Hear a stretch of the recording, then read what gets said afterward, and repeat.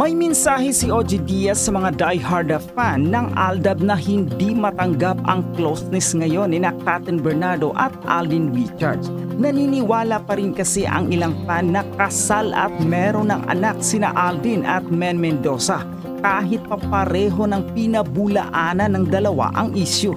Inakusahan nila si Catherine na umano'y pumapatol sa may asawa dahil dito pinaalala ni OG na ikinasal na si Men sa aktor-politisyan na si Arjo Atayde. Samantala, hindi nagustuhan ng mga hardcore fan ng Aldab ang sweet moment at closeness ni Alden Richard at Catherine Bernardo na kilala ngayon bilang Captain. Kahit nga nilinaw na ni Alden at Men Mendoza noon sa kanilang fans na hindi toong kinasal sila at nagkaroon pa ng anak, tuloy pa rin sa paniniwala ang mga ito na may relasyon ang dalawa na sumikat bilang Aldab. Ilang fan ang pinayuhan na si Catherine na layuan si Alden dahil may asawa't anak na umano ito. At ngayon dahil sobrang lakas ng Catherine ni Catherine Bernardo at Alden Richard, napabalita ni Christopher Min at Romel Chica na tumigil na ang Aldab dahil sa lakas ng Catherine sa publiko. Mukhang napagod ang Aldab fanatics, no? Parang hindi na sila masyadong aktibo. Alam mo na, buti naman nakaranas din sila ng kapaguran. Kasi tayo, hindi talaga rin tayo titigil na ipaalala sa kanila na dapat tanggapin na nila kung ano ang kasalukuyan. Huwag sila dun sa pang nakaraan. Diyos ko, move on, ika nga. Alam mo, kailangan talaga tanggapin natin ang katotohanan. Panahon na po, universe na ang nagtatakda dito kina Catherine Bernardo at Alden Richards. Hindi po natin ito ipinagtulakan, hindi natin ito ipinilit, kusa pong dumarating sa atin ang mga impormasyon kung paanong nagkakaintindihan sila ngayon at lumalalim na ang kanilang pagsasamahan. Diba? Hindi pwede na nako paano haharangan yan? Wala namang katotohanan, puro halusinasyon naman yung kanilang mga inilalabas, di ba? Akalain mo sabihan si Catherine na pumili ka na lalaking hindi pamilyado. Pagiging mistress pa raw si Catherine, ay sus Mariosep, nakakaloka ha. Ay nako, nakakaloka. Sobra. At sabi ni Gaison, nabog ako ang ulam kong misma. Ay, naibog ako ang ulam kong miswa na may patola. Sabi ni Gaison magdadaro. Anak, ang sarap, diba? Lalo kung may hipon, di ba? Yes. Sarap-sarap kaya. Oo. Ay, tapos may prito on the side. Yes. Ay, nako. Si Lolo Malig, nanay, kanina pa po ako nakaabang. Congratulations po ni Zanjo at Ria. Ayan. Nako, wag na po na, sabi ni John, wag na natin bigyan pa ng kahit anong konting emosyon yung Aldab fanatics na yan na walang kadala-dala. O ba't hindi nyo mailabas ngayon yung tatlong anak ni Men Mendoza at saka ni Alden? Wag kami, hindi kami mga bugok. Meron pa siyang bugok. Napagod at nauntog na ba kayo mga Katniel? Tanggapin nyo ng Catden na ang in ngayon, kaya kati-kati muna kayo. Boysie, hindi Katniel. Yung Aldab fanatics ang pinag-uusapan natin na talagang mukhang napagod na. Di ba? Napagod na, hindi na nila maipilit. Nakunay, may solid chuchu. Wala naman siyang ambag sa buhay natin. Hindi naman niya tayo pinapalamon. Naku, Marichu, permasyon espiritu, ang emosyon, bawal ang stress. Hayaan mo, ganyan lang yan. Nauntog na siguro ang mga Aldab fanatics, sabi ni Ching Bautista Silverio. May panahon talaga ng pagkauntog, ano Romel? Ay, sabi ko nga sa'yo, di ba lagi nag-usap tayo? Naku, panandalian lang yung mga ganyan-ganyan. Hayaan mo lang. Wala naman silang ipinaglalaban. Eto na ang banderada pagdating kay Tisoy. Sino to? Si Mayang. Ay, Diyos ko, lagi yan si Mayang. Kapag narinig niya ang Alden dito, hindi kahit anong may ginagawa yan, titigil yan, magte-text yan. Alam mo, siya ang younger version ni Tita Daisy Romualdez.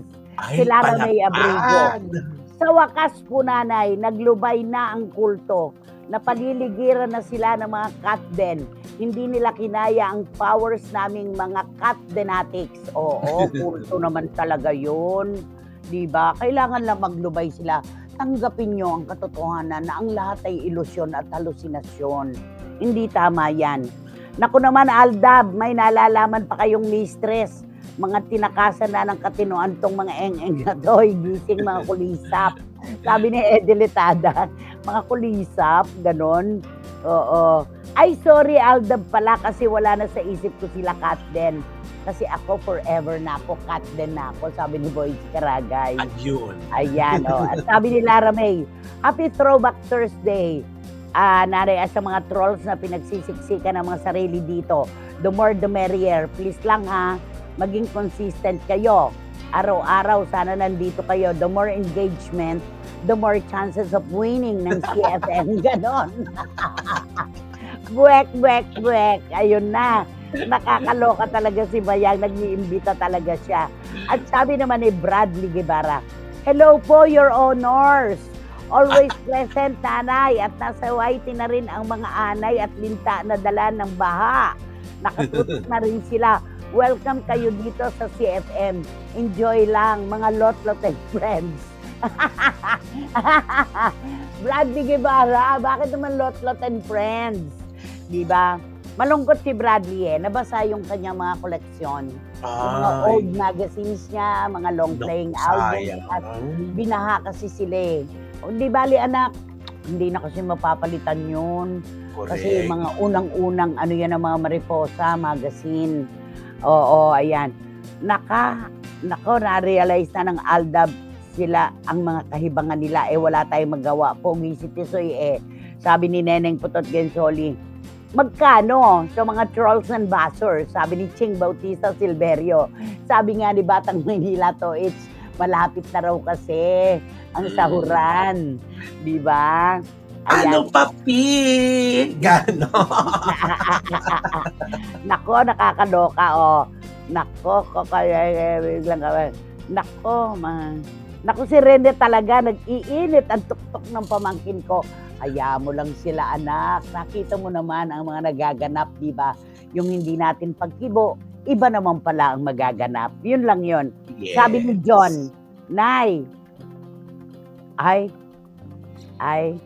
teka ha. Ay, ayan na naman tayo, Nay. Ikaw na naman nakakaalam yan Hindi kasi, sorry po mga kapatid, kasi hindi naman po akong issue dito Hindi po ako ang issue sa bagong-bago pong kontrobersiya na pinag-uusapan. Pero ang sabi kasi ni John, vindicated daw ako. Ano kaya yung vindikasyon? Di ba? Yun. Ayan. John, hindi ko nababasahin anak ng buong buo, pero maraming salamat mula sa akin papunta sa iyo. Thank you so much. Sabi ni Dan Clavesillas, kulang na naman sa turok ang mga Aldab na ito. Mga nabubuhay sa ilusyon. Kulang daw sa turok. Ayan. Hindi anak, mukhang tumigil na nga Mukhang tumigil na. Oo. O baka nagpapalakas lang para pag sa nalalapit na alam mo yun, di ba may ganyan, di ba? Pag sa nalalapit na. Nagpapalakas ng puwersa. Yes. Ganon. Sabi ni Juris Dr. Channel, ay, salamat naman at sumuko na ang mga delusional na Aldab fanatics. May they rest in peace. Allah! Ayan, labo-labo na tayo. Ayan. At syempre, si Joe Florendo, si Jun Morondos, si Louie Tolentino. Umaandar ang mga kamay para sa kanilang mga obra, pero ang mga tenga nasa 60 per minute. At ang mga mata nanonood. Diba? Ay, nako, nakakaano naman talaga ito. At sabi ni John, Nay, sorry, pero yun ang totoo. Yung hindi mo pagsasalita, meron palang magsasalita para sa iyo. At universe pa ang kakampi mo ngayon. John, nako anak, saluhan natin ng ng miswa, ang patola. Di ba naman? Yan yung sinasabi ko sa iyo. Oo. Pero alam mo, Romel, di ba meron akong tinanong sa iyo na pati kayong lahat ng mga comedy bar hosts na dadamay. Pero saka na lang natin pag-uusapan yan. Saka na natin pag-uusapan yan. Alam mo yan, Kuya Romel, kahit ano pang ginagawa ko, ihihinto ko ang mundo ko para kay Tisoy ko. Nabuwag na ang dilulu ng mga Aldamers. Matagal na dapat kayo nakabaon, sabi ni Mayang. Naku, Mayang, mananghalian na kayo. Dapat, baka nagugutom ka pa.